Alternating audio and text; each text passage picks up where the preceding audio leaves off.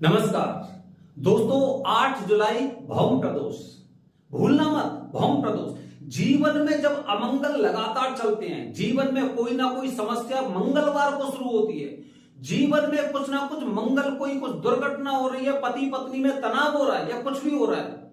मंगल की पूजा भी करवा चुके हैं, मंगल के सारे उपाय कर लिए, रोजाना हर मंगलवार को हनुमान चालीसा का पाठ भी पढ़ते हैं, उसके बावजूद भी अगर सफलता नहीं मिली है तो भौम प्रदोष याद रखिए।